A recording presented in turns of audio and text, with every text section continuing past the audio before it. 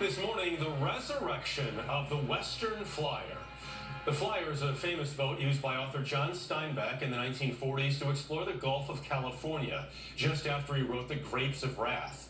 The trip Steinbeck took with his friend, biologist Ed Ricketts, has inspired adventurers and scientists for generations. But the Western Flyer fell on hard times and was almost lost until someone became determined to give it new life.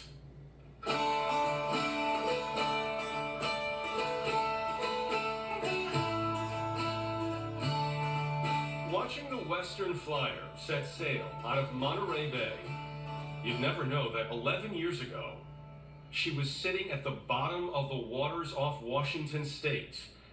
The question is, why would someone bother to save a seemingly worthless 86-year-old fishing boat? Because I thought I could fix it and bring it back to life again. And didn't see another scenario where it was going to survive. To John Gregg, the Western Flyer is not just a boat. It's an idea. In 1940, it was the vessel John Steinbeck and his friend, the biologist Ed Ricketts, used to set sail for the Gulf of California, where they collected and cataloged hundreds of sea creatures and discovered dozens of new ones. Their trip resulted in the book Sea of Cortez, a life-changing work for John Gregg. Why did it affect you so deeply? I think because I didn't know before that you could have a life where you could be a scientist and still be out doing things that seemed adventure-y and fun. After its famous voyage, the Western Flyer was used off and on as a fishing boat for nearly 70 years before it sprang leaks and sank twice. That's when Gregg, using part of the fortune he earned as a businessman, stepped in to save it.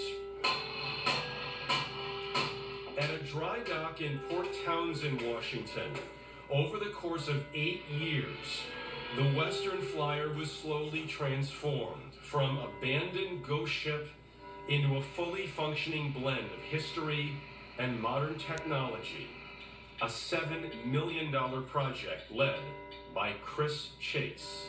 What percent of this boat has been replaced? That's a common question. So from my feet down to your feet down, it's about 95% new. And that's opposite from my feet up. So all of this original house, teak doors, this is the part of the boat that they ate, they drank, they told their stories. This cabinet actually, I don't know if you can grab it here. We left this as it was found. These are like the little calcium deposits from the barnacles. Wow. Just everything was covered in barnacles. We ended up with a boat that's almost completely original inside, which is spectacular. Amazing. Yeah. And these are the sleeping quarters. Yeah, move it to the galley, you move up here. These beds don't seem large. They are 6 feet 2. Yeah, give it a sweet. I don't know. Well, I can sort of. Yeah. But if you're in a seaway, you want to lock yourself in, Yeah, I right? guess, Rocking and rolling, you want to be comfy, but they are definitely tight. Chase took us through the ship to see how old meets new. We're running at 520 RPM, so revolutions per minute. Fully electric. Fully electric, 100%. We're pushing 300,000 pounds through the water, doing 4 knots. Wow. At 75% battery power for another 7 hours. It's quiet. It's quiet. It's very quiet. It's very much like sailing almost. We're all just kind of wrapping our heads around how amazing it is. It is amazing. There you go. Get a little electric drive noise, not too loud. Below deck, the room that houses the boat's hybrid engine system cost $1.6 million just by itself. Still waiting to be finished, the onboard lab, to be used in this area known as the Serengeti of the Sea.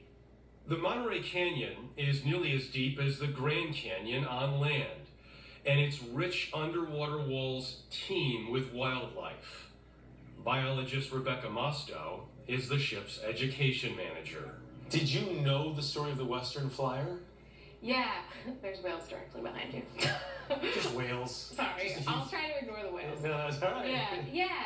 I did know the story of the Flyer. I actually lived in Port Townsend in 2014, 2015, and so I saw the Flyer when it was at the boatyard there. And so my friends took me over and were like, "Hey, did you know this is Ed Ricketts' boat?" And I couldn't believe it because it looked like such a terrible ghost ship. it is such an abundant area. Yeah, it's the greatest classroom I can imagine, right? This incredibly productive bay filled with sardines and krill and anchovies and humpbacks, and yeah, it's inspiring to say the least. Steinbeck and Ricketts' legacy lives on in Monterey. The renowned aquarium Ricketts' work inspired is a tourist attraction, and his original lab still stands on the city's famed Cannery Row. Now, 83 years after the journey that made it famous, the Western Flyer has returned. Whoa, that one just, did you see that? He'll come up one more time, probably. For John Gregg, it's simply a way to pay it forward. Another experiment in inspiration. She's like staying up there. I hope that it did for other people what it did for me, which is, be an entry into a beautiful environment like this where you can go out and do things that matter and gather information that might help people, and it's a good platform for doing that.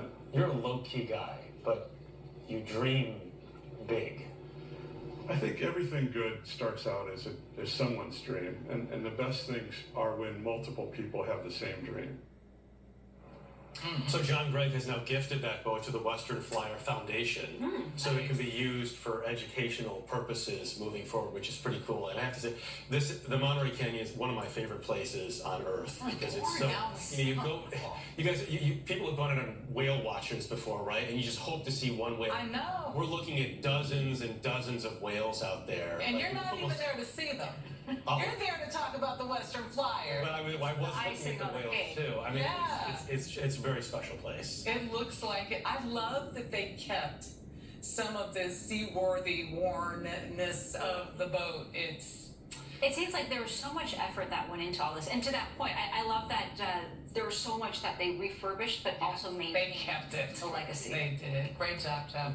Well, they're a Creole classic, some Cajun too, with a modern twist. Up next on the dish is Well, that's it. That was very nicely